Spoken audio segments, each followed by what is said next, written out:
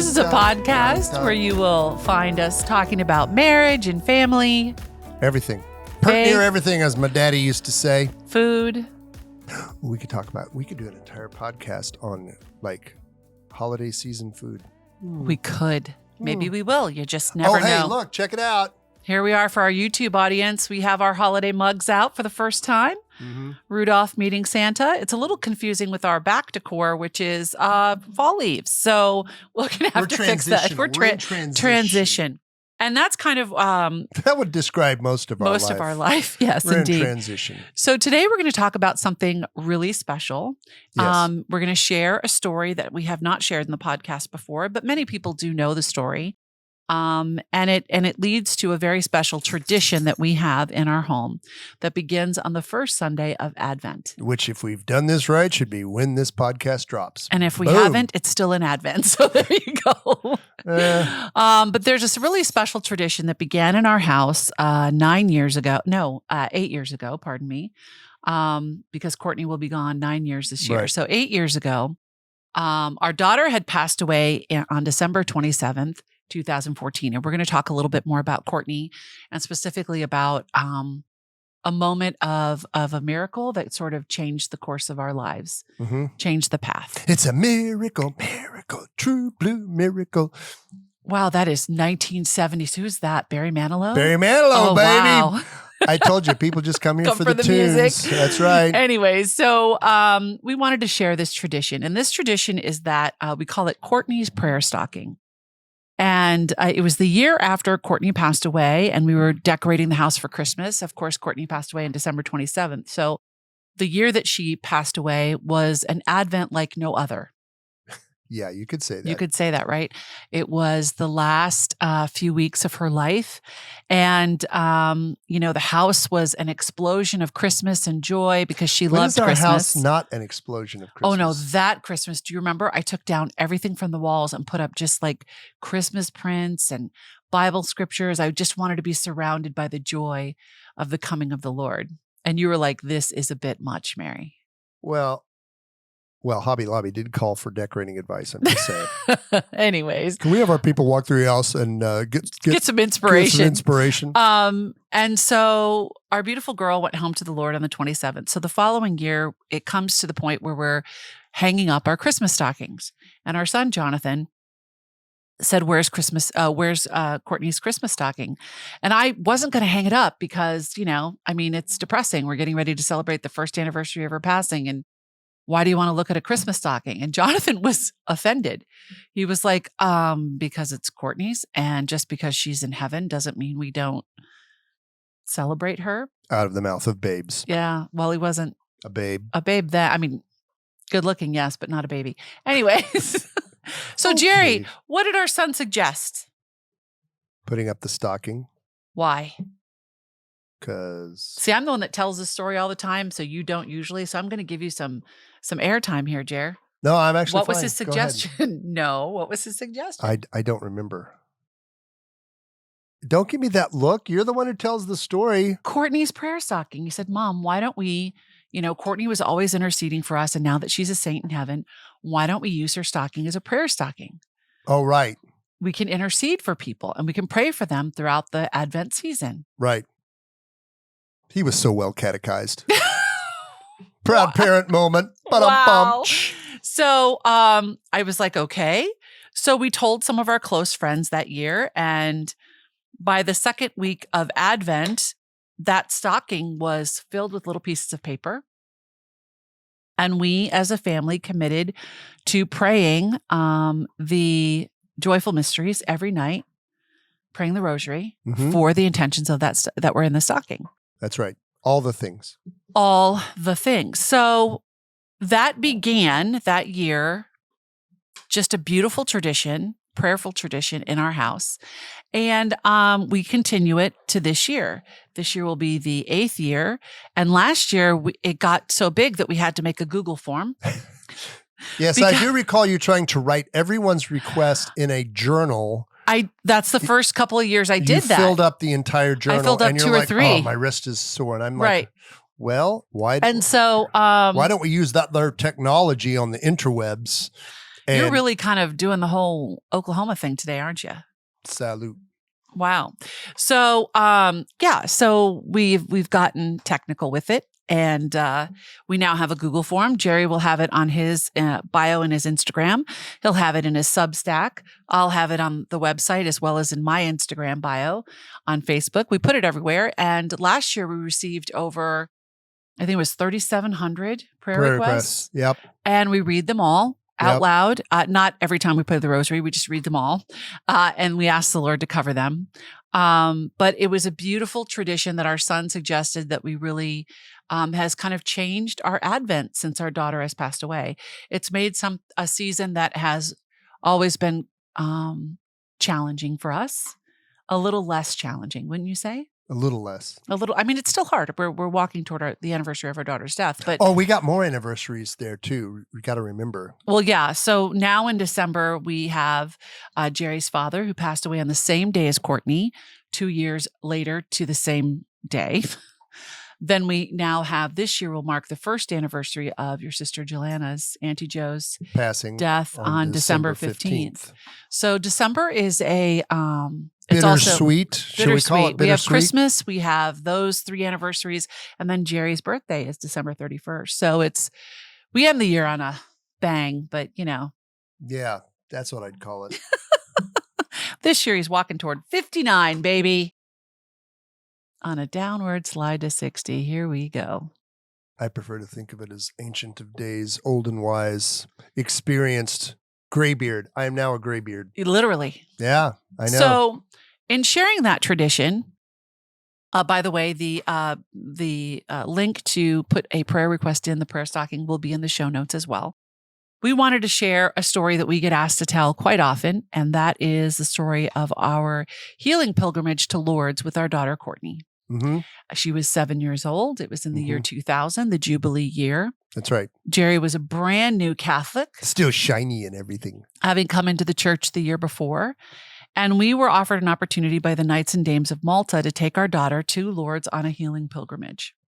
And so we went through the process. And at that time, my father was in his final year of life with cancer. And we had hoped that he would go with us, but he wasn't well enough to go. So as he said to us, this is your opportunity to go with Courtney. This isn't about me. It's about her. Mm-hmm. And so we get on a plane and we take our daughter to Lourdes. Mm-hmm. So Jerry, why don't you tell our fabulous listeners your first impressions of the town of Lourdes, France?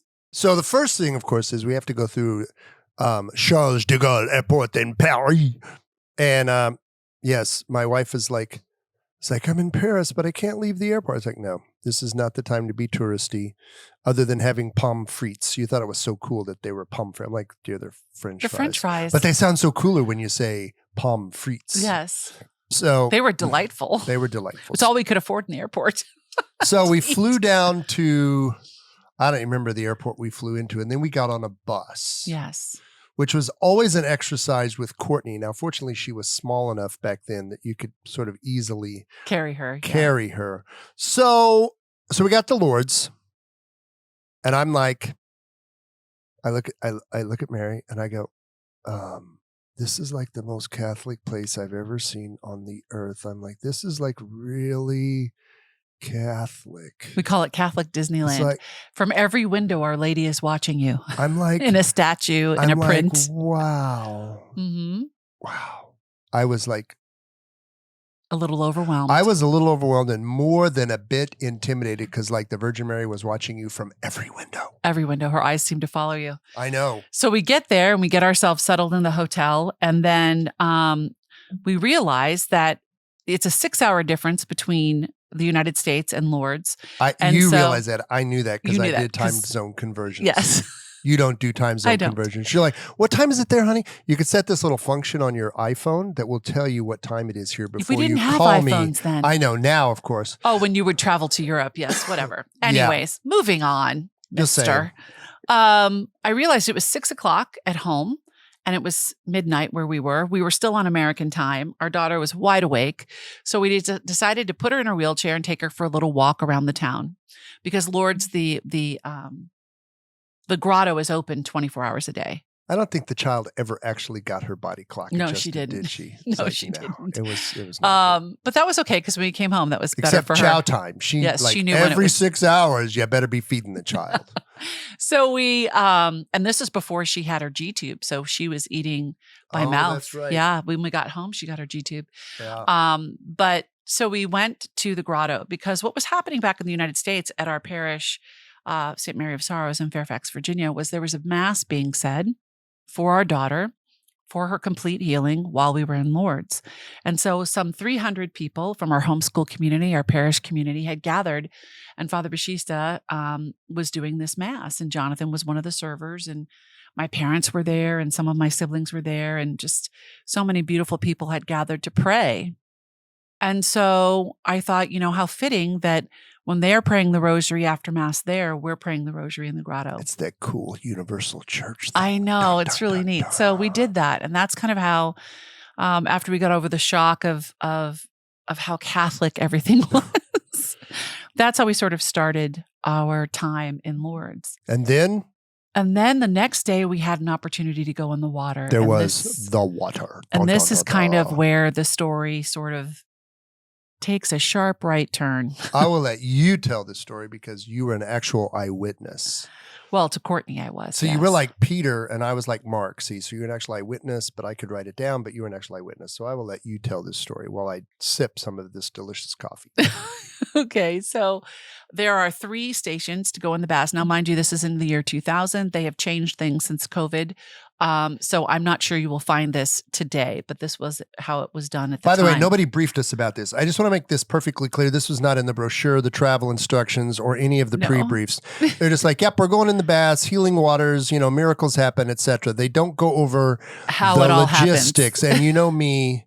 I love me some guy. Logistics. Okay, continue. So Jerry needs you to know that's very important. Yeah, nobody told us nothing. So there's the mother and child section, there's the women section, and there's the men section. So of course, because Courtney was wheelchair bound, we go into the mother and child section. And you walk in and it's sort of like this, it's built out of the base of the mountain where St. Bernadette of Subaru, in 1858, had an apparition, several apparitions with Our Lady. And she dug into the soil there at the base of the mountain and bubbling waters came up, and those waters were healing waters. And to this day, you can see they have crutches and canes and things hung up where people went into the water or put the water on their body and they were healed of their ailments. So it's just a very, very powerful place to be.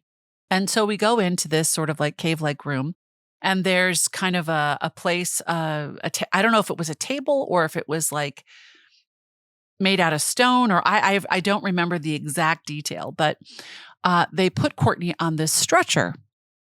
And I'm like, oh, they have to lift her into the water. Well, like Jerry said, we weren't even thinking about how this is going to happen. So they begin to undress her. And that's when I get my first hint of this is going to be different than I thought. A little bit. And so they cover her with this sheet. Her dignity was always respected. And they start to take off her clothes because, of course, they're going to dip her body in this miraculous holy water. And we know that as Catholics, we believe these are sacramentals and that, it's the Lord that heals, right? It's God that heals. But he uses these things as part of that healing story sometimes. So I realized, oh my gosh, if she has to get undressed and if I'm going to go in the water, then I have to get undressed. And it was very uncomfortable. And what I noticed right away was there were 3 women that were helping her. And they were all praying in their native tongue. And they were praying, I recognized the Salve Regina in Latin. I recognized the Hail Mary in 2 different languages. And they were just praying over her as they were preparing her to go in the water. And one of them had this little statue of Our Lady about, 4 inches high. And she was asking me where the problems were. Just said, everywhere. And I said, All the things. all the things. I said, well, of course, her legs, because she didn't walk, her tummy. We were having gastro issues, which were later solved by getting a G-tubes to help her with nutrition and make sure her medication was absorbed well to help her fight the seizures. So we said her tummy. And then I said, her eyes and her brain, because of course she was cortically blind and her eyes and her brain was having seizures. So they got up around her sort of neck area, and Courtney would always ball her hands. So when you have a child that is neurologically damaged, they tend to keep their hands in kind of a balled shape. And so her hands were like little fists up by her cheeks. And as this beautiful woman placed the statue, it was a blessed statue of Our Lady, upon Courtney's head, Courtney swiped the statue out of her hands. Now, this was the first miracle, because Courtney never did anything with her hands but pick up a bottle. A sippy cup, and a bottle when she was younger. Like, she didn't purposefully use her hands. She didn't reach for things because she couldn't see them. So I was like, whoa, what is she doing? And then I thought, oh my gosh, everything in Courtney's right hand always goes to her mouth. So I had this vision that she's going to take Our Lady and put the statue in her mouth and like chomp on her head or something. And I'm like, that's really not the way you want to start a healing pilgrimage to Lourdes, by, chomping on Our Lady. Chomping on Our Lady. That's not really, I don't think that's not in the plan. So I start to move over toward her to prevent her from doing that. And what she does next still stuns me, is she took Our Lady and placed her over her heart. And then she took her other fisted hand and placed it on top of that one. And she had this big smile on her face, just so happy. And I was just stunned. I was just watching, and the little lady that was with us from the Knights and Dames of Malta, her name was Anne. She was from Ireland, and she's like, Mary Beth, do you see what Courtney is doing? And I'm like, yes, like, what's happening? And Courtney remained in that position, and they take her to the water, and they dunk her in the water. And she was not digging that. Not digging that at all. Big, good Irish yell from our girl. And she comes back around, of course, totally covered and everything, but her hands have not changed that position, and she still has this beautiful smile on her face. And I was like, wow, does she know where she is? All of these things are running through my mind. And then it's your turn. Then it's my turn to go in the water, and I was in my undergarments. And this woman, I think she said she was from Romania. She starts unhooking my brassiere, and I'm like, whoa, like, we keep those on. My mommy told me to keep those on, and she's like, no, you want the water to be everywhere. So I went into this water covered in just a sheet. As the Lord brought you into this world. That's how I went in. And when I put my foot in that water, it's like this little tub. How cold was it? 6-foot tub, stone tub. It was a stone cistern. It's not a tub. It was a cistern. Cistern, whatever. It was. How cold was it? I don't even have words. Focused your attention on the Lord, didn't it? It did. Because everything left your brain. It was so cold. It was like Arctic water, probably colder than that. Concentrated. I was like, oh my gosh, I'm going to be a human ice cube. I just took my breath. It literally took my breath away. Oh, it was cold, because I went in too.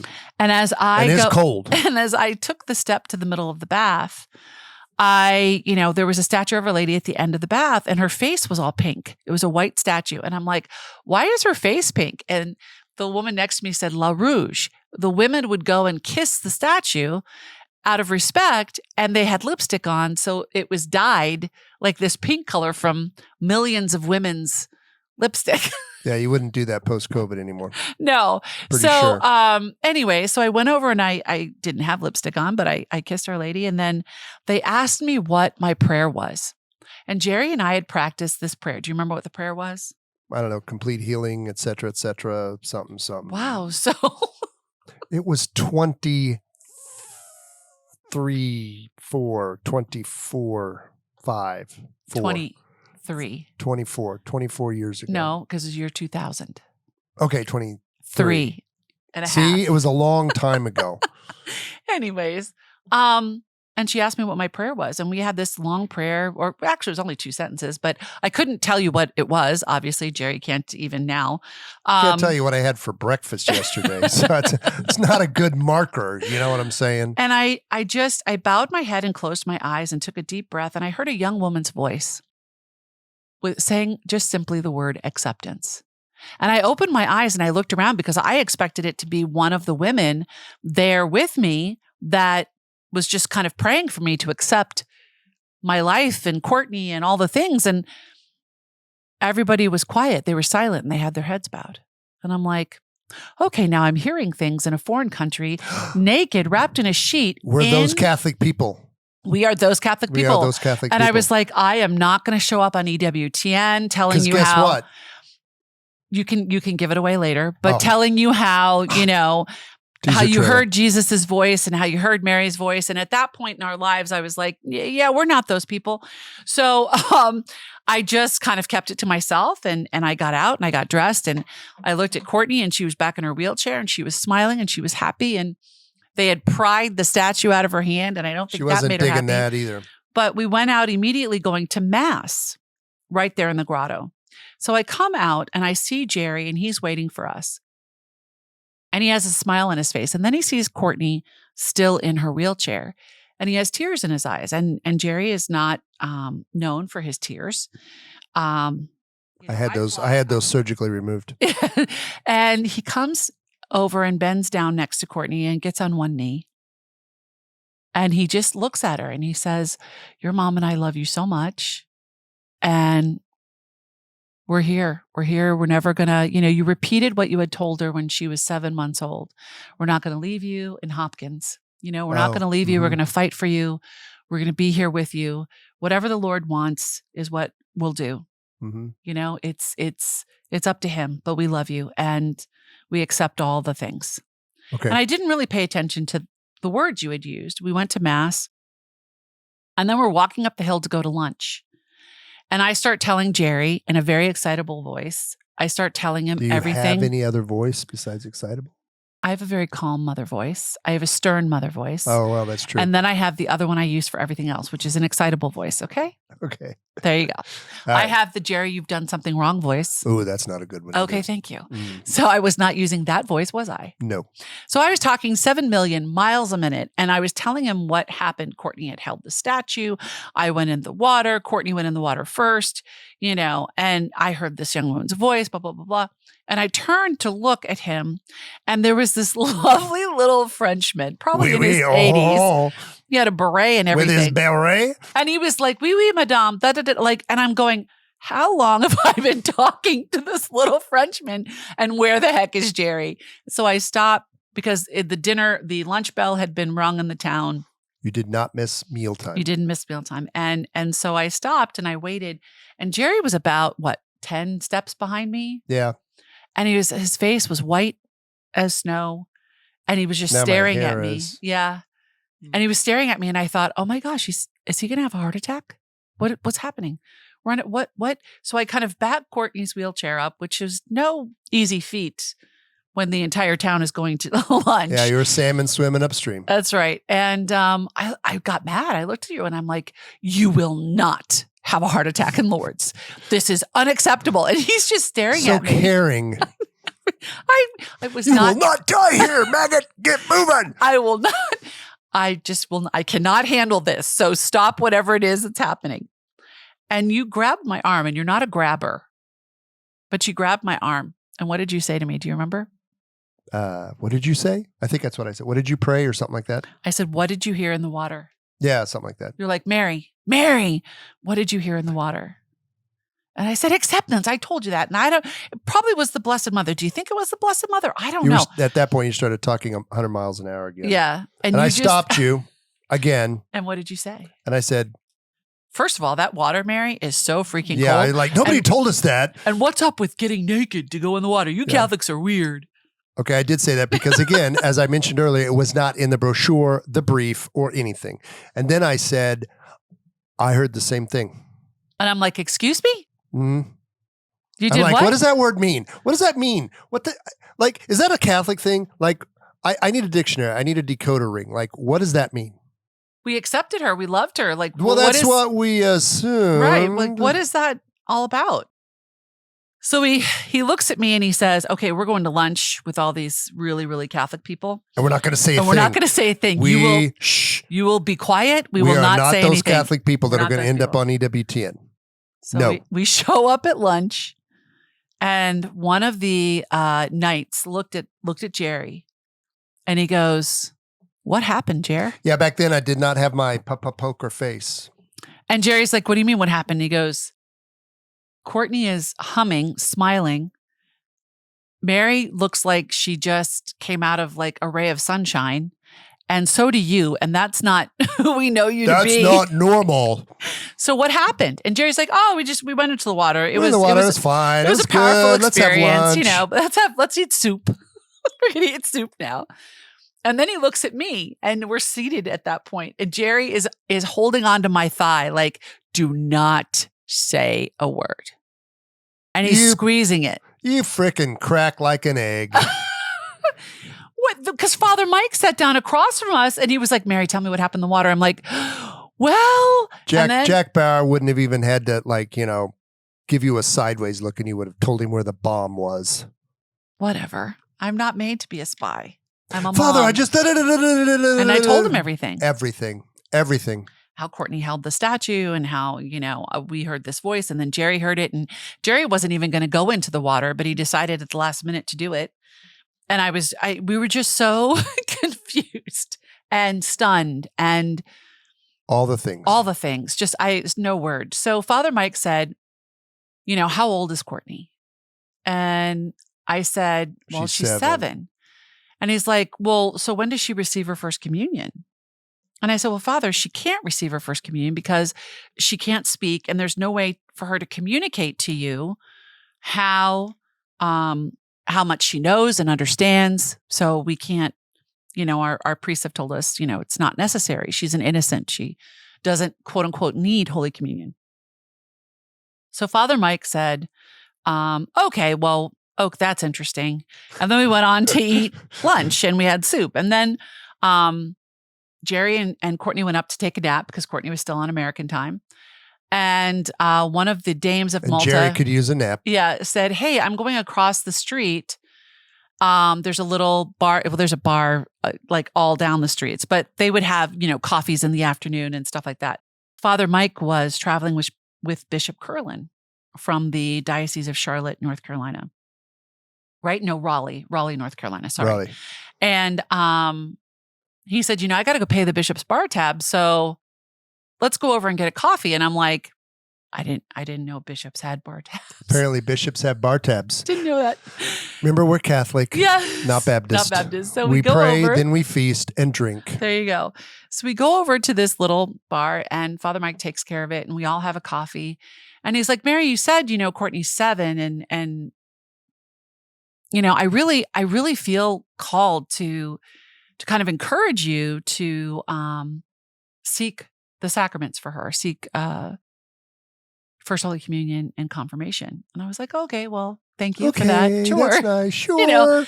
And then he goes, "No, really, I want you to talk to Bishop Curlin." And I was like, "Okay, I don't usually have a one-on-one conversation with bishops. It's not."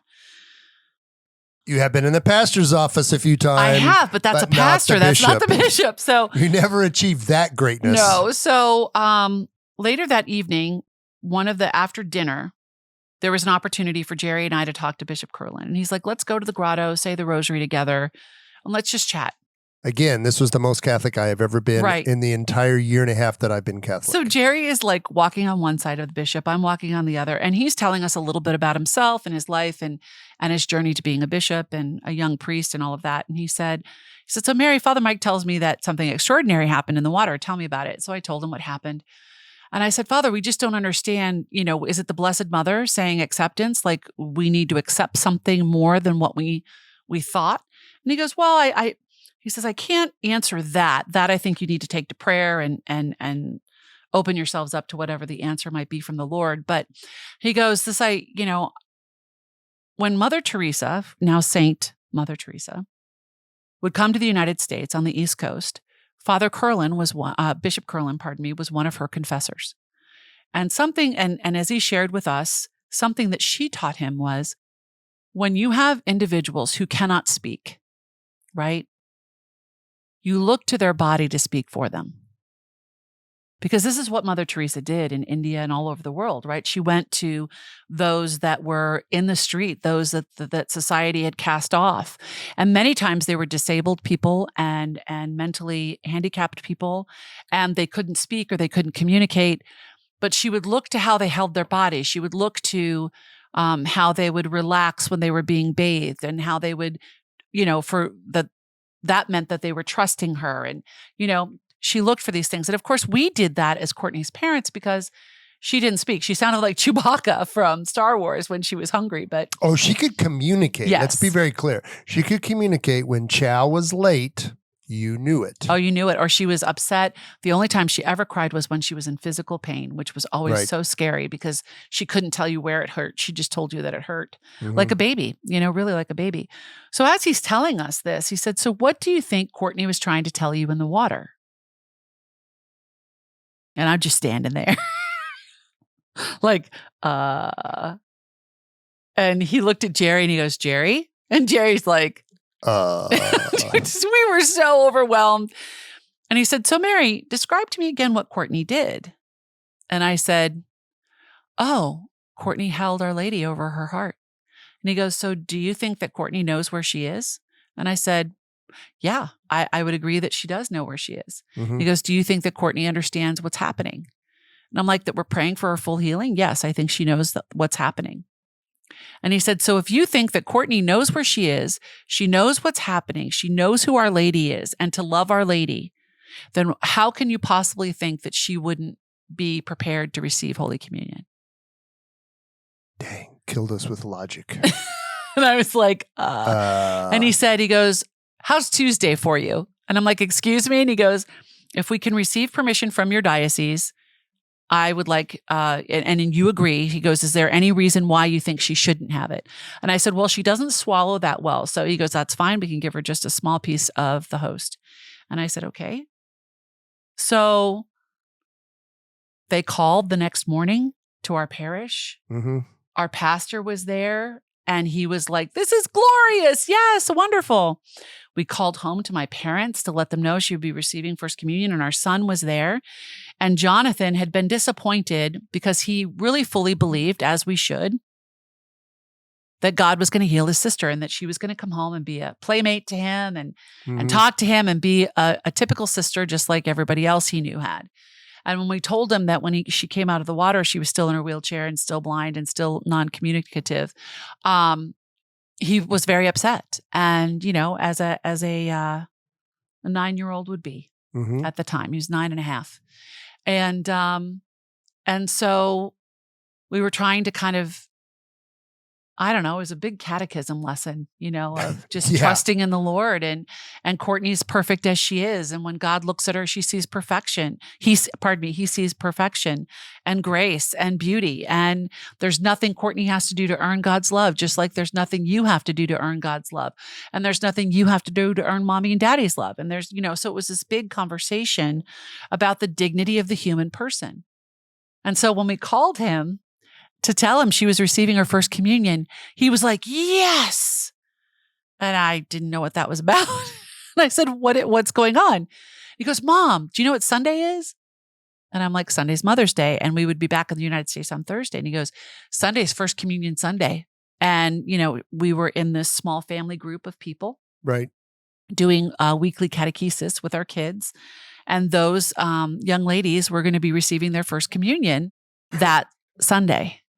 And they were all 7. And he goes, she's doing something just like everybody else does. See, God does listen to your prayers. And I'm like, okay. That works. That works. And he explained to us when we got home what his prayer was, that Courtney would just do something like everybody else did. Right. And so she received. So the next morning, in front of our door was this package. And the dames in the group had gone to the little dress shop in the town, La Bébé Bon, the beautiful baby. Of course it's called La Bébé Bon. And they had purchased a First Communion dress for our daughter. And then we had a veil that had a ring of flowers, just like Bernadette would have had, mountain Right. laurel and other flowers. And our white high tops. And our white Reebok high tops, because that's what we had. And she couldn't have worn like any other shoes. She had to have her high tops on. because of her ankle support. Because of her ankles, yep. And she received her first communion in front of the underground cathedral. Church. More than, I don't know how many thousands of people were there. It is a big honking underground cathedral. And it was the only time she stood on her own 2 feet, leaning between her father and I.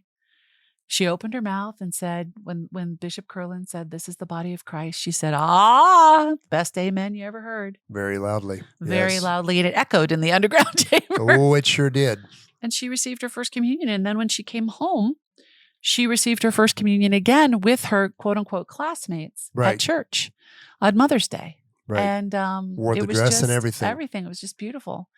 And so we kind of spent the next several years sort of mulling over this idea of acceptance, and we kept taking it to prayer as a couple. And God was slow to answer. No, I think we were slow to listen. I think he had the answer there right there all along. But we were very slow to listen. We were a stubborn, stiff-necked people. We are. I wish we could say we were, but we are. And so it was 4 years later. It was November 1st, 2004. And our daughter was having brain surgery. And she was getting what they call a VNS, a vagus nerve stimulator. Vagal nerve stimulator. Thank you. Vegas is like where the casinos are. I'm just saying. She would have loved a Vegas nerve stimulator. Yeah, okay. Woo! Let's go. Yeah. Party on. But she, it was the last intervention they could do for her because there were no new medicines. And she was still having 3 and 4 grand mal seizures a day. She was already taking a cocktail that would have made Mick Jagger proud. Yeah. She was just, and her body was just under a lot of stress. And as it always was. So we're in this surgery and it's a neurosurgeon, a pediatric neurosurgeon that does the surgery, and they connect this wire to the base of the thalamus in the brain. And it's like a pacemaker that goes behind the chest wall, pacemaker for the brain. So every time she would have a seizure, you'd touch a magnet to the stimulator and it would give off an electrical energy to kind of calm down. If you think of your brain in a seizure as an electrical storm. And so you give it a stimulant to calm it down, to make it stop. And so that was the very simple science. I mean, it's very complicated, but that's a simple mom science behind it. And as we're in the waiting room, Jerry's got his Tom Clancy novel, his coffee. We're watching her, and the doctors had come out beforehand and they had told us that this was a very delicate surgery, that if Courtney had a seizure during this surgery and the scalpel moved or the connection moved, there was a possibility she could be a vegetable for the remainder of her life. Mm-hmm. And so it was very serious. Now, once it's in there, it's an easy switch out for battery packs and things like that. But the day before, I had finished a Curcio retreat. I was part of the team. And at the closing mass, Father Joe had asked us to bring Courtney up because he knew he was having this surgery. And so 500 people raised their hands and prayed over our daughter for successful surgery. And so we had gone in and we had said goodbye to her and we had cried the tears and we told her how much we loved her. And, we held her close until they literally took her out of our arms. And I'm in the waiting room and we've prayed our rosary and we're just trying to stay still for the next 2 hours, 3 hours as this is happening. And I go over my notes and I realized that Father Joe had talked about healing during the retreat. So Jerry, do you remember? Yes. Okay, go for it. So what are the 3 ways but it's your retreat. What are the 3 ways that Catholics teach healing? Okay, so they teach miraculous healing, right? And that's the one that we normally associate with places like Lourdes, right? You're sick, but you're not sick. And there's a tumor and then there's no tumor. There's a tumor and then it's not a tumor. And there's no, valid medical explanation. It's a miracle, right? Then the second one is you're healed after a time of suffering, right? This is sort of your traditional, when you do chemo or radiation or something. And yeah, you're cancer free, but it's a hell of a road to get there, right? And then there's the third one, which says that there is basically no healing this side of heaven. There's an acceptance. There is an acceptance of the fact that you will not be healed here, and that when you go home to the Lord, that's when your healing will take place. That's right. And I looked at that word and I was like, oh, bananas. That's not what I said, but Bananas? That's probably not what you said. no, but it's a family podcast. So I'm going to go with that. And I grabbed Jerry's hand and I spilled his coffee, which irritated him. That's bad. You don't spill more coffee. It's like spilling Gibbs coffee. Did you ever see anybody spill Gibbs coffee twice? No. NCIS? No, I did not. And I said, oh my gosh, Jerry, oh my gosh, oh my gosh. And I had read further down and I had written in my notes what my dad had said before we went to Lourdes 4 years earlier. You know, the Lord will work through this. Our Lady will be with you, but you have to listen. You have to lean into what she's trying to tell you and what he's trying to tell you. And I was like, lean in. Oh my gosh. And then it came to me. Who went in the what? You know, what was the prayer that we had for Courtney? There were 2 prayers. Healing. Right. The first one was that when we knew that she would go before we did. Right. Most likely. And that she wouldn't die alone. So we would be with her. But the one before that was that we would hear what? Her voice. Her voice. Authentic voice. The one God gave her, not the one that sounded like Chewbacca. And we had that prayer for long time.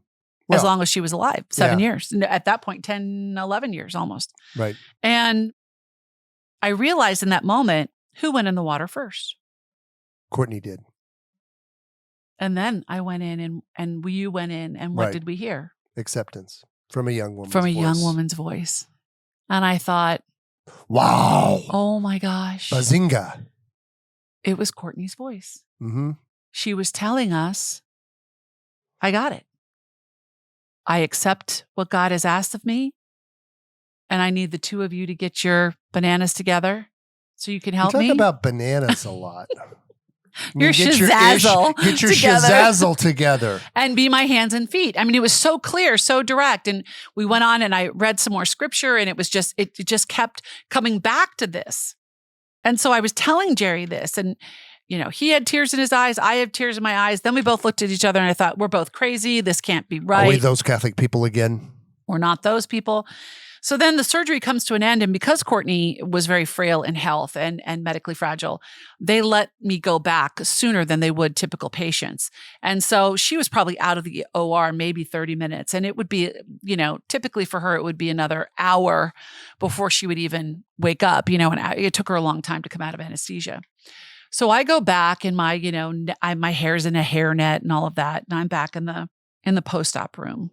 And I just crawl into that bed with Courtney. And she's got, you know, bandages on her, over her breast, because that's where they went in underneath her arm. Right. And thankfully they didn't go in, you know, by the skull. And she's all bandaged up and she's just looks so still and so frail. And I get up next to her ear and I just tell her, hey, Court, Mama's here. I love you so much. I'm so proud of you. You did so great in the surgery.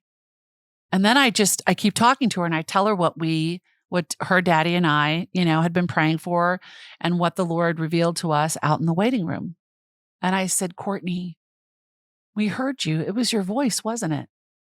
Now, mind you, she typically takes another hour or so to wake up from anesthesia. Her eyes popped open like somebody had stuck an electrical, I don't know, wire to her feet or something. Her eyes popped open and she turned and she looked at me with this huge smile on her face. Mm-hmm. And she started laughing. It's about time, you knuckleheads. I was like, and the nurses were like, what is going on? How is this possible? This shouldn't be happening. All of her vital signs were totally normal. She did everything she needed to do. Like we were supposed to stay at the hospital that night and we ended up coming home. Like they let us come home because she was doing so well. And I just kept telling her, I'm so sorry it took us so long. I'm so sorry it took us so long. And what was happening in our marriage at that time is we had begun this journey away from our addiction to pornography and my addiction to food and our joint addiction to pornography because I had joined you for those years. And we had started counseling. We had started to walk in the way of the Lord. And it was very early in our walk with that, but God was so kind and so gentle to us. And he always spoke through her. So he would pay attention. Yeah. because we're that stubborn. And so that day changed everything. Lourdes changed it, and we began to turn in a direction. But it took us 4 years. 4 years to actually hear what he had said. And from that point on, it was climbing up every mountain to be healed for us, for our marriage, for our individual selves, for our family. And so Courtney has always been a tremendous intercessor. Even when she was alive, we would ask her to pray for us and with us. People at church would come up and they would whisper prayer requests into her ears, And then especially right before she passed away, we were loading her up for heaven. But that led to Jonathan, feeling the impetus to do the prayer stocking. That's right. And now we have been doing it, like I said, this year will be 8 years. And we have seen such amazing stories. That's right. People to tell us that I get emails to this day of Mary. We put the prayer request in 2017. We were dealing with primary infertility, and we want you to see the picture of our first child. We thank Courtney for her intercession, her powerful intercession. I remember my friend Carrie. They were buying a farm up in Connecticut, and they could afford the farm, but they found out that they needed a new septic tank, which is not cheap. It's like $10,000 or something. And she's like, Mary, we're asking for Courtney's intercession with this. We're hoping that the family that owns the farm that's selling it to us will take on the cost of the septic tank. So they wrote the family a letter. They did a novena to Courtney for her intercession. So again, we don't look to Courtney as if she's God. We look to Courtney as if she is our sister praying with us and for us. And so Maggie is all in favor of intercessory prayer.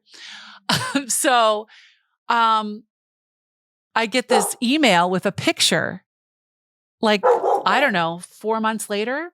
Yep. Not only did the family that was selling them, not only the family that was selling the farm to them, she's going to do what she's going to do. Do what dogs do. Praise the Lord for sweet border collies. Anyways, I get this picture, and the family agreed to put in the new septic tank. Yep. And so now above that septic tank, there's a field of wildflowers, and they call it Courtney's garden. Yep. I'm like, septic tanks, babies, financial disasters, people that have lost their jobs, psychological healing, physical healing. We've received many, many notifications of those things happening after Courtney's intercession. So we offer this not just for ourselves, but also for all of you who hear this podcast and know us. You want to share anything there, big guy? Sign up. The link is everywhere. That's it. That's what I got. So you're not going to finish the story? What story? About how we're not EWTN people? Oh, actually we are. Ironically, right? So, I don't know, maybe two years after she passed, we get this call from EWTN to be on Catherine Hedrow's Pro-Life Weekly, like, with like the cameraman and the lights, and they come in the house and they do all the things, and I'm doing all this on YouTube, and I'm like, and we're sitting there, we're going, oh, we're those people? We're those people now. We've been on, together we've been on EWTN twice, and I've been on a third time. Right. So always talking about court, always talking about the dignity of the human person, and talking about the joy and privilege of caring for those who cannot care for themselves. So the Lord made us eat our words. Yeah, that kind of happens every once in a while, Here, Mary, open mouth, insert foot. So we invite you, my friends, to allow us to pray with you and for you this Advent season, to go ahead and send us your prayer requests. And we will ask our daughter on your behalf to take those requests to the Lord and to Our Lady. And remember, like any good Jewish mother, Our Lady, no son says no to their mama. So if Mary presents your request, God's going to answer it one of three ways. He's going to say, no, that's not for your good. He's going to ask you, he's going to say, yes, it is for your good, and you'll see the fruition of it. Or he may just say, you trust me and wait. Not the now. Not the now, because I am moving and preparing a way for you. So as Advent has begun, we wish you a happy, holy Advent. I'm not really sure how to answer this to end. And now it's time. This will be the most awkward transition everywhere. Anyway, now it's time for the Not So Newlywed game. Here we go. I'm going to ask you this time. Okay. So Jerry, this is now, mind you, dear audience, these are have nothing to do with Advent, Catholicism, or no, you never know. You never know what I'm going to say, though. Okay, let's PG-13. Here we go. Okay. Anyways, by the way, the Google form will be, I said, in the show notes and on our Instagram, all of that, links, all the things. Okay. Jerry. Yes, dear. You have to sing karaoke. I would love to sing karaoke. I know you do. You excel at karaoke. I know. What song do you pick and why? Oh, there's only one song I would sing. Because, what's that? You've lost that love and feeling. Whoa. I mean, I sang that on my greatest birthday party ever. When was that? 2020. You did? CC and Stash. Oh, Stash's wedding. Oh, I was going to say, what was happening then? That's right. Our friends. No, it's 2021. 2021? Yes, because it's been. Oh. No. Yeah. No? I don't know. Anyways, when our friends got married. No, it's 2020 because they got married before Jonathan and Jessica did. Okay. 2020. Yeah. My birthday.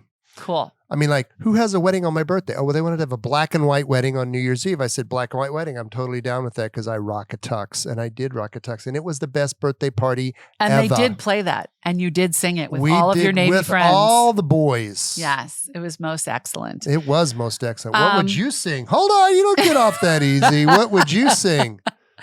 I would sing probably a Celine Dion song really badly. Like, it just left my brain. I don't even know. It's all coming back to me now. It's all coming back. Oh, boom! Back to me now. See how I did that? Yeah. Yes. Okay. Anyways, that's probably what I would sing. Okay. So here's the final question. Okay. What scent reminds you of childhood, and what memory does that bring back? I'm not really one of those guys that have like scent memory. I'm sorry. Food has a scent, dear. Well, you that's are very a food guy. that's very true. That's a good question. Bacon, of course. And what memory does it bring back? Frying bacon, eating bacon.